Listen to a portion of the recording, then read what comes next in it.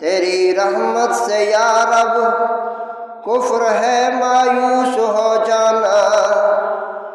تیری رحمت سے یا رب کفر ہے مایوس ہو جانا، کہ ہے لا تقنطوا خود ہی تیرا ارشاد حقانی، تیرے دریائے رحمت کے مقابل چیز ہی کیا ہے، میری ناپاک قلبی اور میری آلودہ دامانی، میرے مولا میرے قادر میرے مالک میرے ناصر، مدد کرنا دم آخر مروں میں بانور ایمانی، تیری رحمت سے یا رب کفر ہے مایوس ہو جانا، کہ ہے لا تقنطوا خود ہی تیرا ارشاد حقانی۔ میرے دوستوں اور بزرگوں، اللہ کا جو دین ہے مذہب اسلام، اس دین کے اندر ہر جگہ ہر موقع پر انسان کی رہنمائی کی گئی ہے۔ وہ علادہ بات ہے کہ انسان قریب نہیں آتا، دین کو سیکھتا نہیں ہے، وہ اس کی اپنی کوتاہی ہے، وگرنہ اسلام نے پیدائش سے لے کر مرتے دم تک اور مرنے کے بعد قبر و حشر میں بھی انسان کی رہنمائی فرمائی ہے، یعنی انسان کو کسی حال میں مایوس نا امید نہیں چھوڑا، ہر حال میں انسان کی اللہ نے رہنمائی فرمائی، اپنے پیغمبروں کو بھیجا، اس اشرف المخلوقات کو ہر زندگی کے شعبے کے اندر بتلا دیا گیا کہ تو نے کیسے زندگی گزارنی ہے۔ تو بہرحال میرے دوستوں اور بزرگوں، خطبے کے اندر جو آیات کریمہ تلاوت کی گئی، اس میں یہی دعوت فکر دی گئی کہ اسلام کی تعلیم یہ ہے کہ انسان کو کسی حال کے اندر اللہ کی رحمت سے مایوس نہیں ہونا چاہیے، چاہے کتنے ہی مشکل حالات کیوں نہ ہو، اللہ کی رحمت سے نا امید نہیں ہونا چاہیے۔ فرمایا وہ ملاح جس کی کشتی کو طوفانی موجوں نے گھیر لیا ہو اور وہ کشتی طوفانوں میں پھنس چکی ہو، وہ مریض جو کسی لا علاج مرض میں مبتلا ہو گیا ہو، ڈاکٹروں اور حکیموں نے اسے جواب دے دیا ہو، وہ غریب اور بے روزگار انسان جسے چاروں جانب روزگار کے دروازے بند ہوتے ہوئے محسوس ہوں، وہ بے اولاد جوڑا جس کی شادی کے کئی برس گزر چکے ہوں لیکن اسے اولاد کی امید نخل تمنا کے بار آور ہونے کی کوئی صورت دکھائی نہ دیتی ہو، وہ سپہ سالار جس کو طاقتور حریف نے گھیر لیا ہو اور اسے فتح اور کامیابی دور دور تک نہیں دکھائی دے رہی، وہ گناہگار بوڑھا جس نے ساری جوانی رب کی بغاوت میں گزاری، رب کی نافرمانی میں گزاری، اب سر کے بال سفید ہو گئے، آنکھوں سے بینائی چلی گئی، کانوں سے سنوائی چلی گئی، زبان سے گویائی چلی گئی، ہاتھ اور پاؤں جو ہے شل ہو گئے، کپ کپانے لگے، اور اسے اب موت کی آہٹ بہت قریب سنائی دے رہی ہے۔ اسلام نے ان سب کے دلوں کے اندر امید کا چراغ روشن کیا اور انہیں مایوسی سے پناہ مانگنے کی تلقین کی گئی۔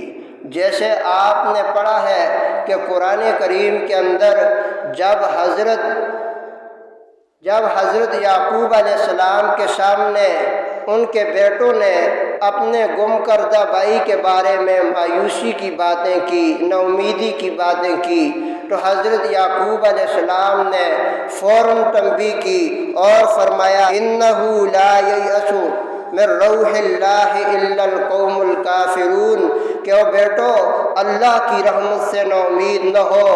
اللہ کی رحمت سے مایوس نہ ہو، مایوسی کی باتیں نہ کرو، نا امیدی کی باتیں نہ کرو۔ اِنَّهُ لَا يَيْأَسُ مِن رَّوْحِ اللَّهِ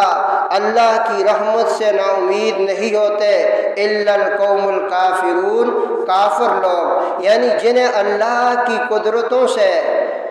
توقع نہیں ہوتی، جنہیں اللہ کی قدرت پہ یقین نہیں ہوتا، وہ رب سے مایوس اور نا امید ہوتے ہیں۔ جو یہ مانتے ہیں کہ خالق ارض و سما طاقت والا ہے، قوت والا ہے، وہ اس رب کی رحمتوں سے مایوس اور نا امید نہیں ہوتے۔ یعقوب علیہ السلام نے اپنے بیٹوں کو تنبیہ کی کہ رب کی رحمت سے ہمیشہ امید رکھنا، مایوس نہ ہونا۔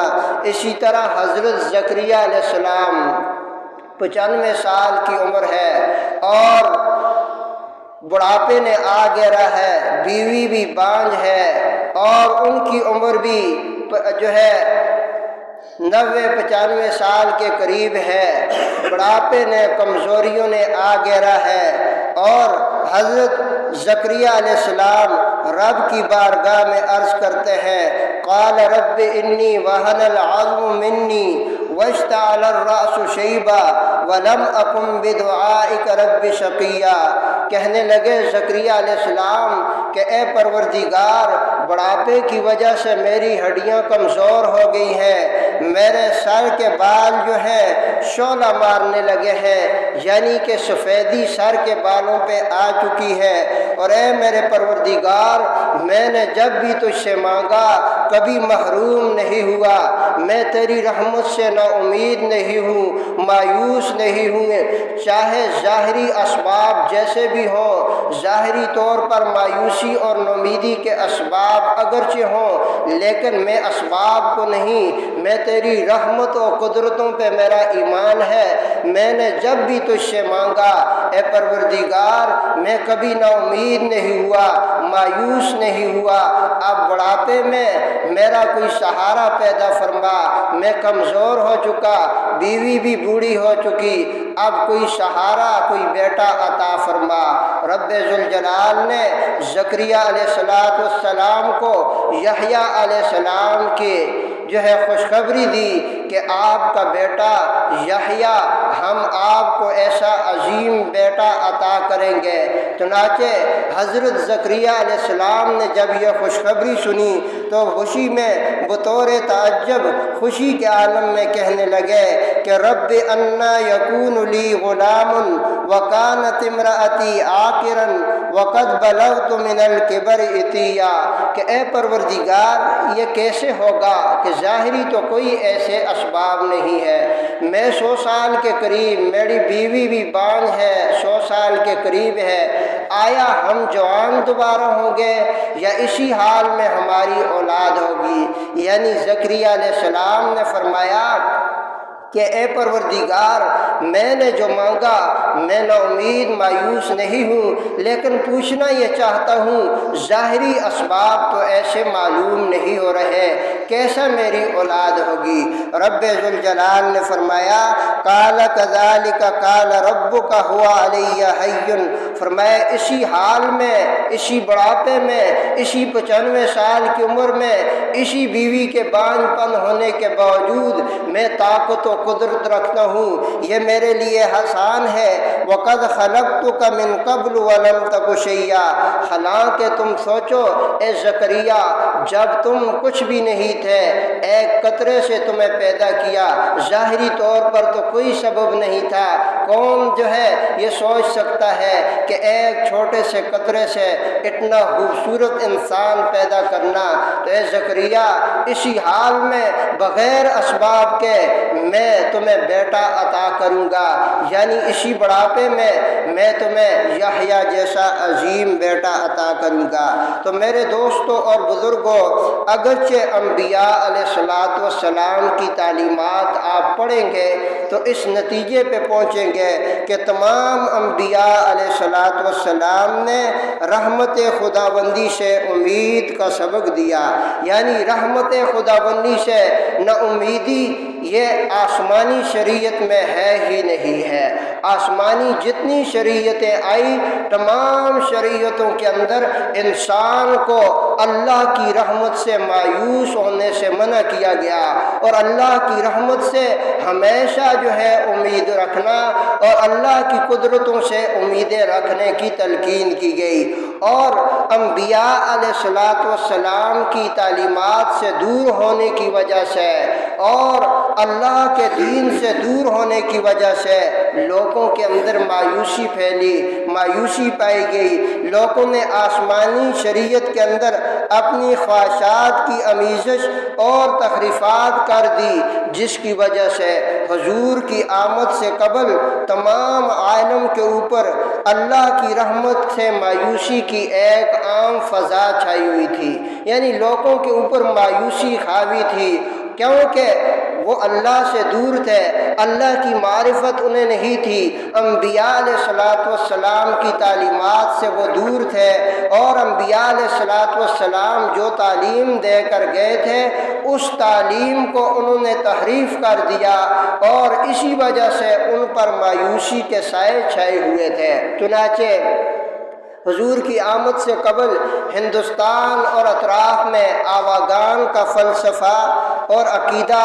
یہ ایک اٹل عقیدہ انہوں نے بنایا ہوا تھا، یہ پھیلا ہوا تھا کہ ہر انسان کو اپنے پہلے جنم کے گناہوں کی سزا بھگتنی ضروری ہے۔ عیسائیت کی تعلیم کے زیر اثر دنیا کے اندر جتنے لوگ تھے، عیسائیت نے ان کے اندر یہ مایوسی پھیلائی ہوئی تھی کہ ہر انسان پیدائشی طور پر گناہگار پیدا ہوتا ہے، یعنی اس وقت بڑے مذاہب نے جو یہ فلسفہ دیا ہوا تھا وہ مایوسی کا تھا کہ انسان پیدا ہی گناہگار ہوتا ہے۔ تو پیارے نبی صلی اللہ علیہ وسلم جب اس دنیا میں آئے تو انہوں نے پوری طاقت اور صفائی کے ساتھ مایوسی کی اس عام فضا میں فرمایا، رفع القلم عن الثلاثہ عن الصبی حتی یحتلم۔ آپ نے فرمایا کہ ہر بچہ معصوم پیدا ہوتا ہے،